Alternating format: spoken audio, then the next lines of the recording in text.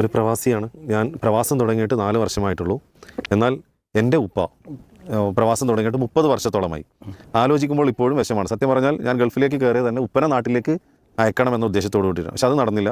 വീടുണ്ടാക്കൽ, അതുപോലെ എൻ്റെ സഹോദരിയെ കല്യാണം കഴിക്കൽ, എൻ്റെ വിവാഹത്തിന് സഹായിക്കൽ, നീക്കിയിരിപ്പ്, അങ്ങനെ ഒന്നുമില്ല.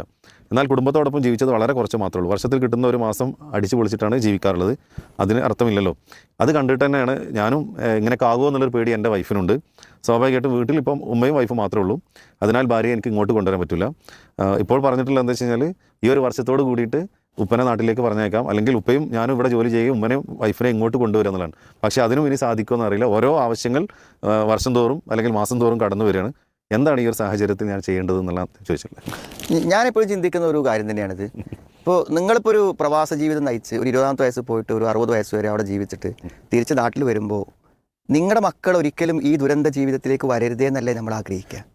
പക്ഷേ പ്രവാസികളിൽ അങ്ങനെ അല്ലല്ലോ സംഭവിക്കുന്നത്. പ്രവാസികൾ എന്താ ഉണ്ടാവുന്നത്, അതേപോലെ ഒരുപക്ഷെ അതുപോലുള്ള ഒരു ലൈഫിലേക്ക് അവർ വരികയും ഇതേ സംഗതി ആവർത്തിക്കുകയാണ് ചെയ്യുന്നത്. ശരിക്കും ആശങ്കയാണ് ഇവിടെ പങ്കെടുക്കുന്നത്. ഞാൻ പറയുന്നത് വെച്ചാൽ ഒരു പ്രവാസിക്ക് ഒരിക്കലും കുറച്ച് ദീർഘകാലം അവിടെ നിന്നാൽ നാട്ടിൽ വന്ന് സെറ്റിലാവാൻ ഒരു മനോധൈര്യമോ ഒരു വഴിയോ ഉണ്ടാവുന്നില്ല എന്നുള്ളതാണ്. ഇപ്പോൾ തനക്കാരൻ ഒരു വഴി കാണാത്തപ്പോഴാണ് പോണത്. പിന്നെ 10-40 കൊല്ലം വെക്കും നാടൊക്കെ മാറിയില്ലേ, പിന്നെ വന്നൊരു വഴി അന്വേഷിക്കൽ ബുദ്ധിമുട്ടായിരിക്കും.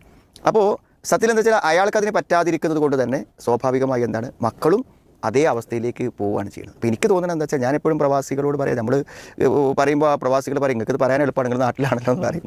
ഒരു പ്രവാസത്തിനൊരു കാലം നിശ്ചയിക്കണം. എന്തിനാണ് പ്രവാസി ആവുന്നത്? നിത്യജീവിതത്തിലെ ചിലവിന് വേണ്ടി പ്രവാസി ആയാൽ അയാൾ മരണം വരെ അവിടെ നിൽക്കണം.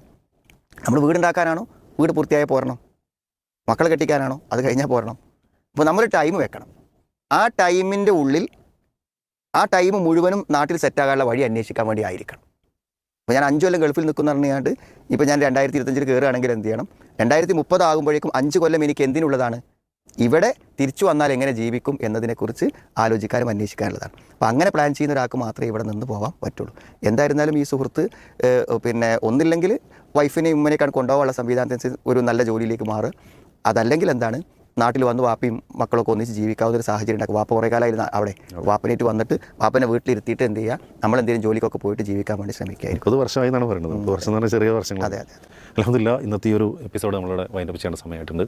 ഒരുപാട് നല്ല ചർച്ചകൾ, അഥവാ നമ്മുടെ കുടുംബങ്ങളിൽ നിത്യേന നമ്മളൊക്കെ അനുഭവിക്കുന്ന ചെറുതും വലുതുമായ പ്രശ്നങ്ങൾ, അതിനുള്ളൊരു പരിഹാരമാണ് പീസ് റേഡിയോ ലൈവ് കൗൺസിലിങ്ങിലൂടെ നമുക്ക് ലഭിക്കുന്നത്.